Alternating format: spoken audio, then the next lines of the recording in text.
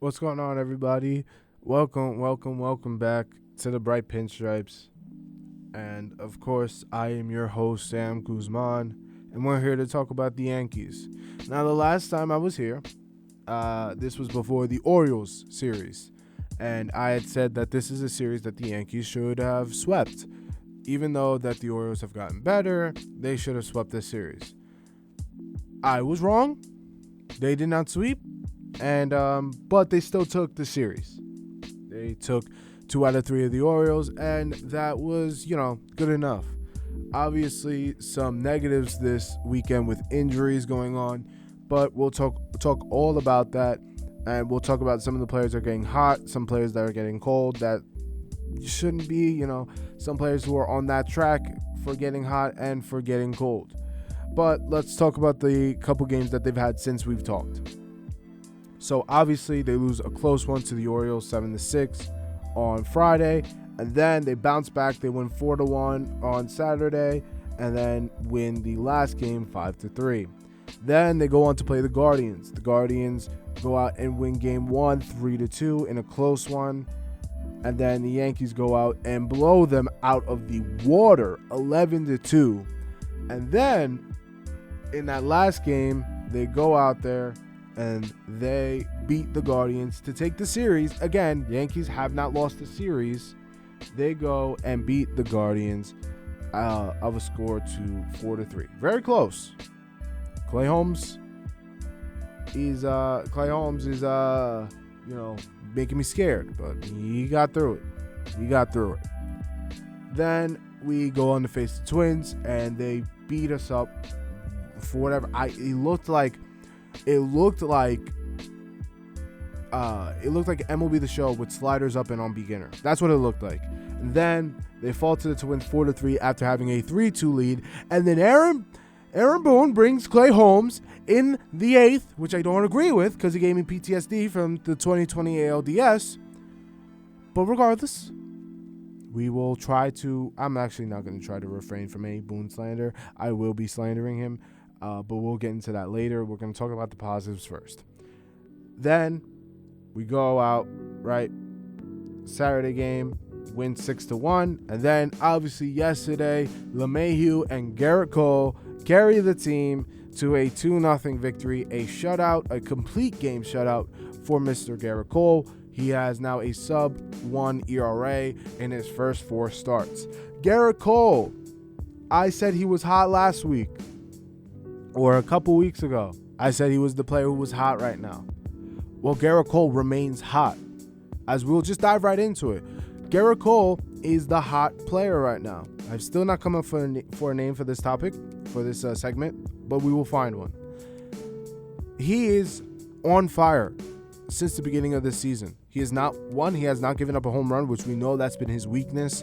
And 2, he has been lights out. He has been striking out everybody. He struck out Correa, who has been killing the Yankees for the longest time. He was able to strike him out. The guy has been just lights out, Cy Young scary. And if this is the Garrett Cole we get for the entire season, or at least most of the season, and in the playoffs, and I know it's very, very early, but if this is the Garrett Cole we are seeing, it's going to get scary.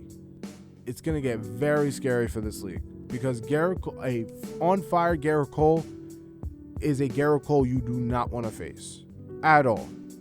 And so for this segment, I'm going to do one pitcher and then one hitter that's on fire. Garrett Cole is my on-fire pitcher. He is my on-fire pitcher because he's just been brilliant. For the hitter, my on-fire hitter will have to go to.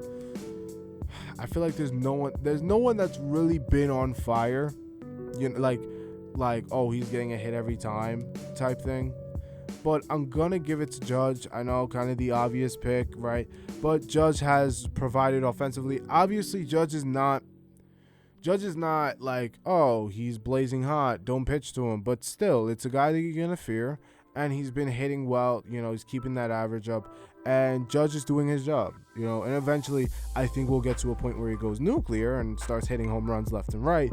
But yes, Aaron Judge doing very well. Now, for my cold players, my cold pitcher will have to go to Clay Holmes. Yes, he closed out the last game against the Guardians, but after what I saw against the Twins and that save against the Guardians, that was very close. He loaded the bases. He was lucky he had 2 outs, because I guarantee you, if he struck out, if he got that strikeout and it was the second out, well, guess what? He's probably giving up a run and we're probably losing that game. So Clay Holmes, I would say, is my cold pitcher. A lot of people will probably say, oh, what about Johnny Brito or Herman? Well, Herman just had a great start and Brito just had a really bad start. It depends on when you look at it, but Clay Holmes, I'm already saying he's going to be cold, and yeah, it's not looking good for him. Now, my player that I'm predicting to get hot, I was going to predict Stanton, but then we have some breaking news that we'll get into later. I think you can guess what it is. But my getting hot player will be Anthony Volpe. He had his first home run the other day. He went back-to-back with Judge. He's finally I think he's finally clicking. I think he's finally getting to a place where he's confident, where he's getting at bats, where he's getting to a point where he's gonna start just lighting up the baseball. Because now teams are looking at him like, oh, this is some rookie who can't hit. Once he hits, and once he starts hitting, he's gonna be a problem. Not because his bat is hot, but because his feet are hot. Because you throw over twice, and you better make sure the third time you throw over there, you better get him out, or else you're gonna get a ball. And then all of a sudden, now Volpe's gone, and he's taken off, and he's at second. In fact, in that Twins game, he was at second, and then all of a sudden, he stole third base the next pitch, and Vasquez couldn't even throw over quick enough. Like, legitimately, Anthony Volpe, if he starts to click, he will be a problem both ways. Straight up, both ways. My getting hot pitcher would have to be like somebody who's getting hot. Again, it's very early in the season, so it's kind of hard to tell. But my getting hot pitcher, I'm going to make a bold prediction here and say that my getting hot pitcher will be Clark Schmidt. Clark Schmidt has been terrible. He's been awful. But I'm going to say that Clark Schmidt is going to get hot. And not that he's going to go lights out, but that he'll provide, some innings, 5-6 innings. And he will, he'll become a solid 5 guy. Now, of course, when Severino or Rodon get back, he's probably either going to the minors or the bullpen. But still, I see him in that role. And quite possibly could be in that role for this year. That depends if Severino gets back, or when Severino gets back, or when Rodon comes back. But yeah, that's my getting hot pitcher. Now going cold hitter. My going cold hitter would probably be, because I wanted to say Cabrera, but he was already cold. He's starting to now heat up. But my going cold player would have to be Gleyber Torres. He started out on fire, and he's still doing well. He's still doing well defensively. But you can kind of see it's starting to he's starting to cool down. So he's going to be going cold. And when I say going cold, it doesn't mean that they're going to be terrible. They're going to be the next cold player. But they're going to start, getting back down from earth. So Gleyber Torres, I can see him kind of cooling down right now. So we're going to see what happens with that. I don't really have a going cold pitcher per se, just because the pitching has been actually really good. So I wouldn't say I have a going cold pitcher. I wouldn't say that. If I had to have one, I would say Brito, just because of the bad start, but I don't want to project that on him, because I believe one bad start doesn't define a pitcher. And, I think Johnny Brito will be fine. I think he's not going to be a guy who's going to be lights out like we've seen, but definitely a guy who can be, who can give you a solid 5 innings, maybe 2 or 3 runs. He's going to be a quality start guy, and he'll have bad starts from time to time, like every pitcher does. But yeah, moving on to some bigger news. Stanton, we just heard. Stanton, if you didn't hear, Stanton was taken out of the game after he had some pain in his hamstring. Had some pain in his hamstring, and he said it happened when he was slowing down getting the second. Now he went, got some MRIs, and we just got word back that Giancarlo Stanton will be out. What is your prediction? How long is he going to be out for? Giancarlo Stanton out for 4 to 6 weeks. Stanton expects mid-season return from a hamstring strain. Timeline may be extended given injury history. The Athletic.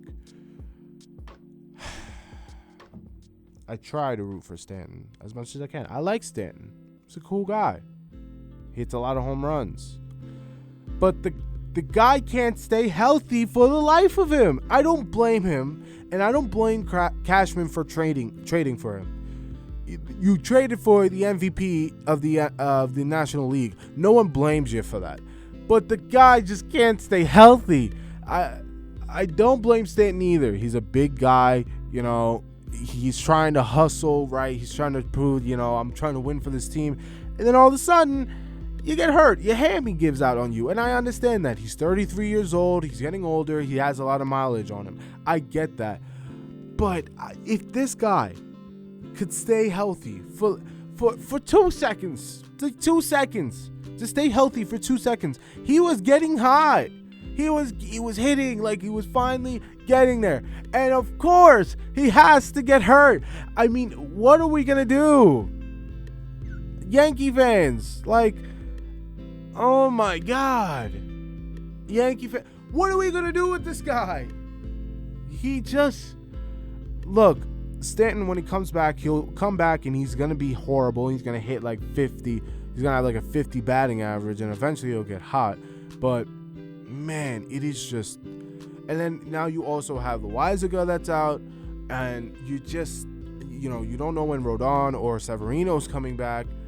You look at this team and they're starting, and even Bader, I forgot about it. Bader's out. Like, this team is just all out of whack.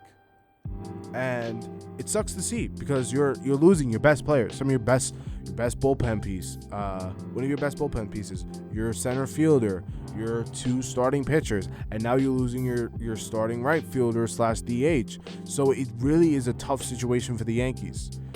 Will they be fine? I'm sure of it. And obviously with an injury means a call up, and that means Peraza is now called up. So obviously I think we'll see probably Volpe or Peraza one of these days. Probably give Torres an off day, and one of them will play second and the other play short. We'll probably see Peraza tomorrow play shortstop, give Volpe the day off. I wouldn't be surprised if Peraza was playing tomorrow. Don't be surprised. But it's just never ending. Injuries are never ending for the Yankees, and they're pretty much a guarantee. There are a few guarantees in this life. You need water to survive. You're eventually going to die, and the Yankees are going to have a lot of injuries. Just the guarantees in life.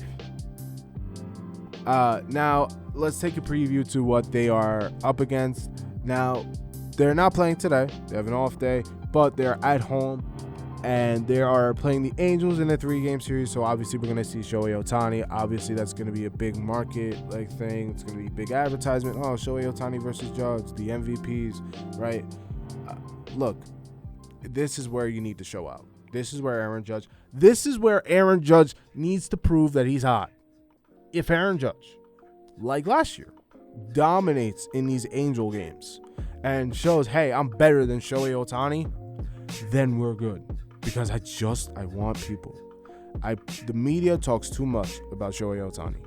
And that's partially MLB's fault because they don't know how to market their players. But please, for the love of God, just show out. Like, I want the Yankees to, I want this to be what the Twins did to us. If Shohei Ohtani's pitching, I want the New York Yankees to start.